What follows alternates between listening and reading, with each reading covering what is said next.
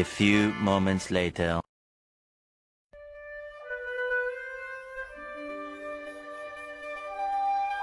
Sebagai langkah awal, para pejuang membentuk BPUPKI pada tanggal 29 April 1945.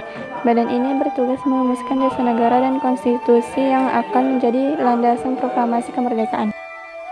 Pada tanggal 7 Agustus 1945 terbentuklah Panitia Persiapan Kemerdekaan Indonesia (PPKI) yang bertugas untuk mempersiapkan pelaksanaan kemerdekaan. PPKI menjadi motor penggerak dalam menyusun langkah-langkah terkait proklamasi.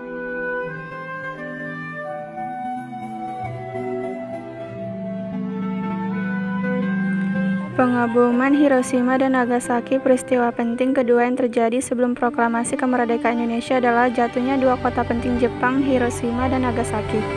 Hiroshima dibom pada 6 Agustus tahun 1945. 3 hari kemudian, pada 9 Agustus 1945, sekutu menjatuhkan bom di Nagasaki. Dua kota penting itu hancur oleh serangan sekutu sehingga membuat Jepang semakin tak berdaya. Kekalahan Jepang dari sekutu pun sudah berada di depan mata. Jepang resmi memutuskan menyerah tanpa syarat kepada sekutu pada 14 Agustus 1945. Pernyataan resmi Jepang menyerah kepada sekutu disampaikan langsung oleh Kaisar Hirohito melalui siaran radio nasional pada 15 Agustus 1945. Peristiwa Rengas Dengklok pada tanggal 16 Agustus 1945 menjadi momen kritis di mana para pejuang Indonesia dari golongan muda ingin memastikan kemerdekaan Indonesia secepatnya tanpa terikat dengan kebijakan Jepang. Dalam peristiwa ini, Soekarno dan Hatta dibawa ke wilayah Rengas Dengklok agar dapat melakukan proklamasi pada 17 Agustus 1945. Teks proklamasi disusun oleh Soekarno, Hatta, dan Subarjo di Rumah Laksamana Maida pada tanggal 17 Agustus 1945 pukul 3 waktu Indonesia Barat.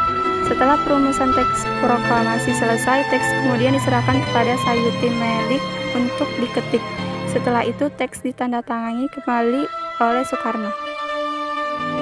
Pada pagi hari tanggal 17 Agustus 1945 di kediaman Soekarno di Jalan Pegangsaan Timur 56, sekarang Jalan Proklamasi nomor 1. Acara proklamasi dimulai pukul 10 pagi. Soekarno membacakan teks proklamasi dan pidato singkat setelahnya.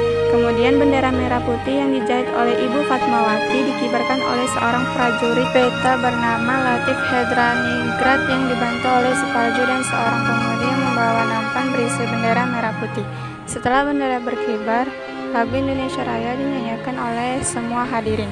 Bendera pusaka tersebut masih disimpan di Museum Tugu Proklamasi Nasional hingga saat ini.